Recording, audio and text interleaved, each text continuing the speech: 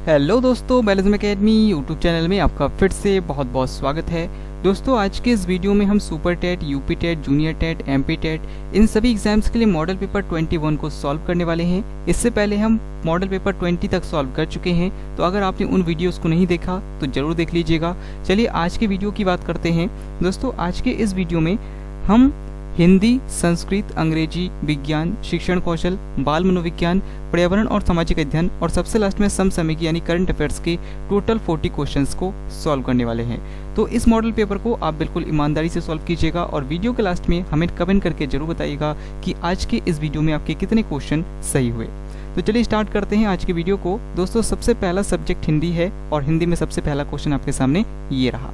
Question है, भाषा की सबसे छोटी लिखित इकाई कौन सी है? ऑप्शन आपके सामने है वर्ण, ध्वनि, वाक्य या फिर स्वर।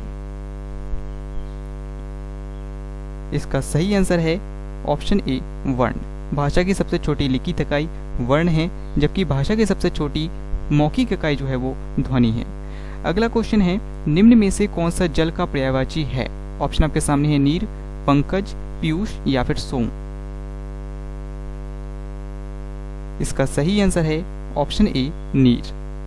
अगला क्वेश्चन, निम्न में से कौन सा संकर शब्द है? ऑप्शन आपके सामने है रेलगाड़ी, दूध वाला, सूर्य देवता या फिर स्टेशन।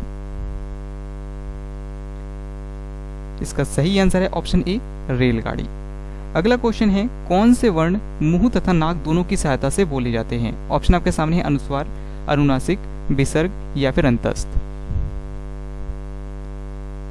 इसका सही आंसर है ऑप्शन बी, अनुनासिक।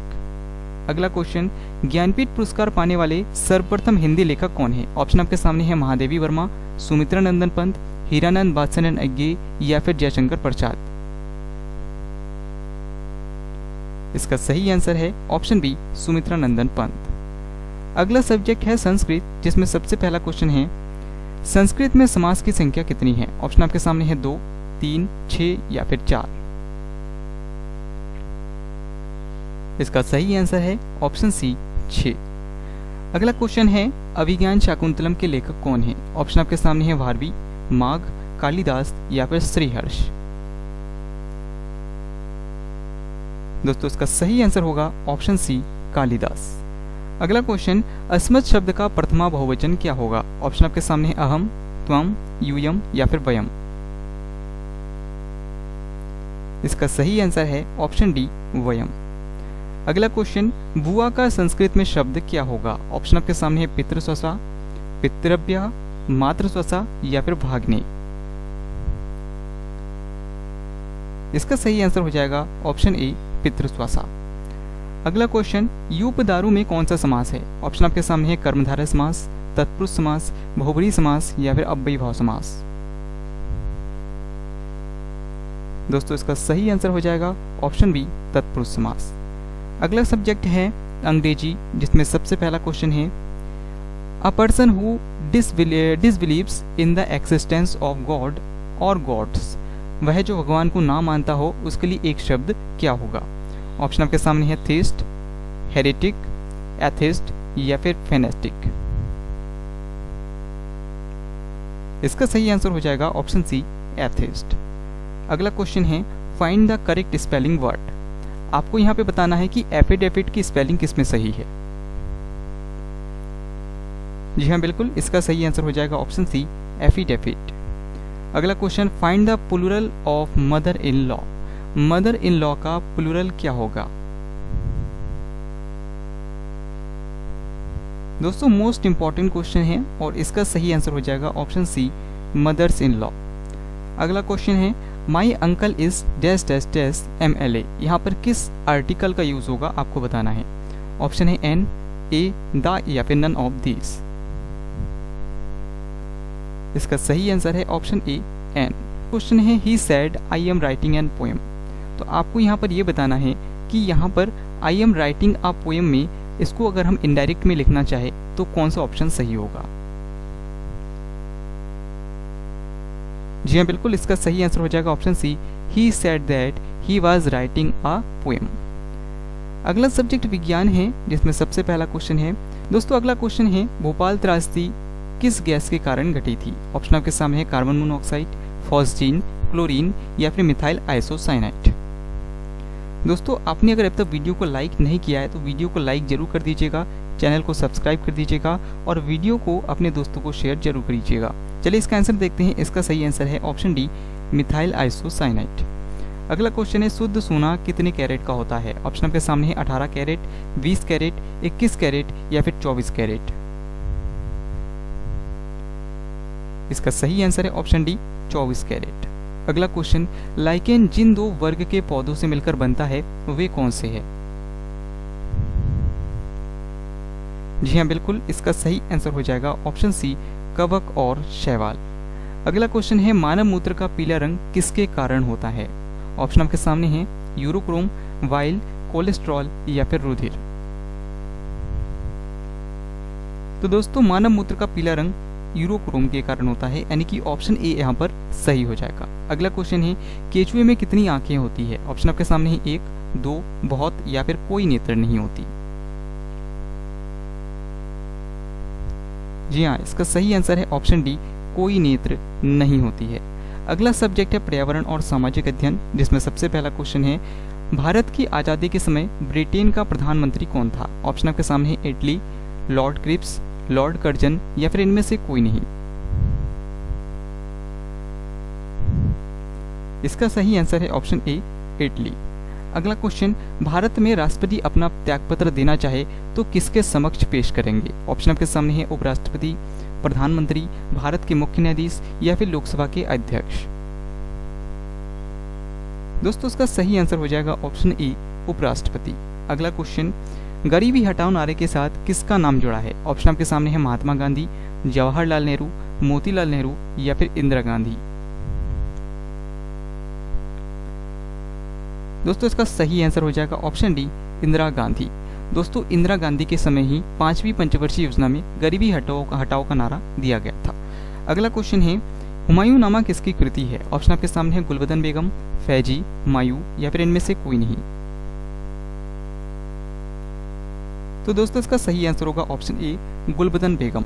हुमायूं की बहन गुलबदन बेगम ने ही हुमायूं नामा की रचना की थी। अगला क्वेश्चन है उत्तर प्रदेश में दिया सलाई उद्योग का प्रमुख केंद्र कौन सा है? ऑप्शन आपके सामने है बरेली, मिर्जापुर, सहारनपुर या फिर मुरादाबाद। इसका सही आंसर है ऑप्शन ए, बरेली। अगला सब्जेक्ट है शिक्षण कौशल, जिसमें सबसे पहला क्वेश्चन है शिक्षा की किंडरगार्टन पद्धति का प्रतिपादन किसने किया? ऑप्शन आपके सामने फ्रॉवेल, टीपी नन, स्पेंसर या फिर मोंटेसरी। इसका सही आंसर है ऑप्शन ए, फ्रॉवेल। अगला क्वेश्चन, निम्नलिखित में से किस विश्वविद्यालय की स्थापना 1857 में की गई? ऑप्शन आपके सामने है मुंबई, कलकत्ता, मद्रास।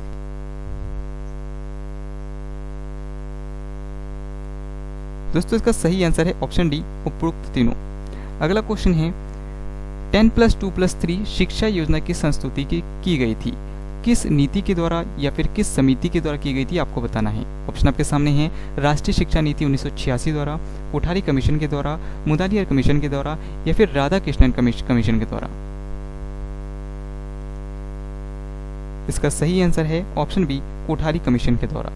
अगला क्वेश्चन है शिक्षा को समवर्ती सूची में स्थान प्रदान करने के लिए किस वर्ष संविधान संशोधन किया गया? ऑप्शन आपके सामने है 1981 में, 1976 में, 1978 में या फिर 1983 में। इसका सही आंसर हो जाएगा ऑप्शन बी, 1976 में।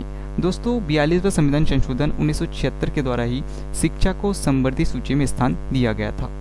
अगला क्वेश्चन है राष्ट्रीय अध्यापक शिक्षा परिषद की स्थापना कब हुई? ऑप्शन आपके सामने है 1998 में, 1993 में, 1995 में या फिर 2000 में।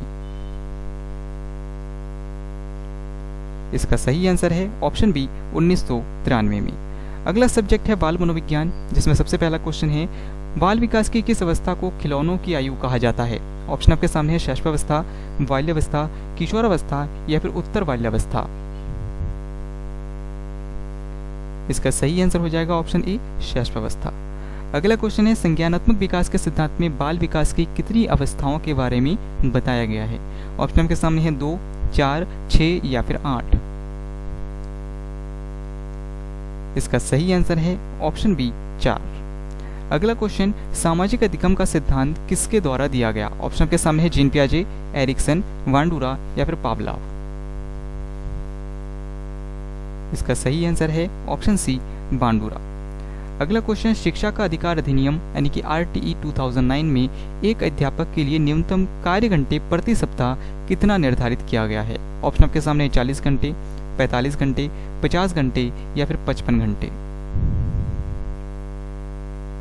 इसका सही आंसर है ऑप्शन बी, 45 घंटे। अगला क्वेश्चन, वृद्धि और विकास क्या है? ऑप्शन आपके सामने है एक दूसरे के विरोधी, एक दूसरे के पूरक, एक दूसरे के समान या फिर इनमें से कोई नहीं। इसका सही आंसर है ऑप्शन बी, एक दूसरे के पूरक। अगला सब्जेक्ट समसामयिकी यानी करंट अफेयर्स का है, जिसमें सबसे पहला क्वेश्चन है, हाल ही में किस राज्य या केंद्र शासित प्रदेश को 6 महीने के लिए अशांत क्षेत्र घोषित कर दिया गया है? ऑप्शन आपके सामने असम, मणिपुर, त्रिपुरा या फिर नागालैंड।